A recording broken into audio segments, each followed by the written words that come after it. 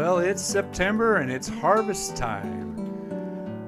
If you've ever gone out and looked at a community garden, you find that there are so many plants that you've never planted before, but you find opportunities to discover new plants and see how they look and see how they grow. But you also find things that you say to yourself, gosh, why didn't I plant spaghetti squash? Look at all these spaghetti squash. They'll last for months and months and months. And pumpkins, I forgot to plant pumpkins. Why didn't I plant pumpkins? Well, next year. There's always next year. But I find so much joy and I learn so much by looking at other people's gardens. Now, at some of the community gardens, you'll find that everybody gets their own little bit of the garden, one little portion of the garden. And they have to make the decisions, what do I plant in my little piece of heaven? And a lot of the spaces that people have are really not that big, but it looks like a huge combined garden, but it's really not.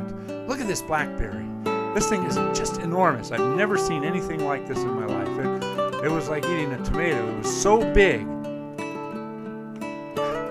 I'm blown away. Colors are so important too.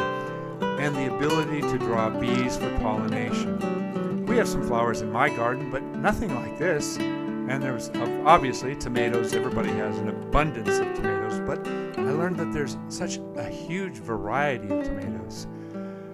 And everywhere I looked, there was different types of plants. Now there's a lot of different nationalities of people that come to this garden as well. And I also learned that the majority of the gardeners were older. Like 60 was young. There was people in their 70s and 80s, and a lot of these people, they just have an attitude about gardening as, of course, you garden to live. And if you think about what they've gone through in their lives, some of these people have gone through starvation situations and wars, and victory gardens were just an absolute, and they carried on. This old gentleman here didn't speak English, but look at the plants he's got. It was amazing. I learned so much without even talking to him.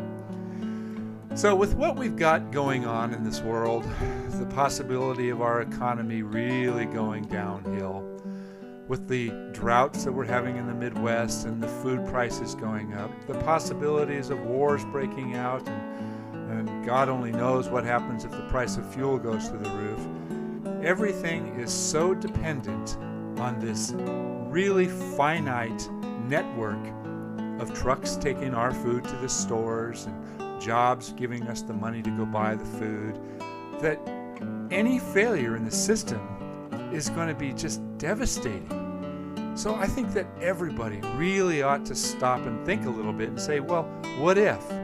Well, when the time comes, if you haven't been preparing and getting ready for it, and you don't know how to grow a garden, and you haven't been in sync with what to do, then it's going to be all new to you. So I implore you, if you've got a vegetable garden, make it bigger. If you've never started it, find a little piece of land, even if it's your neighbor's property, anywhere, and definitely go out and see other people's gardens. You'll find that gardeners are some of the friendliest, most helpful people that you'll ever meet. And every gardener says, come on in, let me show you. Usually they'll even hand you food. It's amazing how generous people are when they have a garden and how much they want to teach you. So get out there, get started, and just learn how to live a healthy life.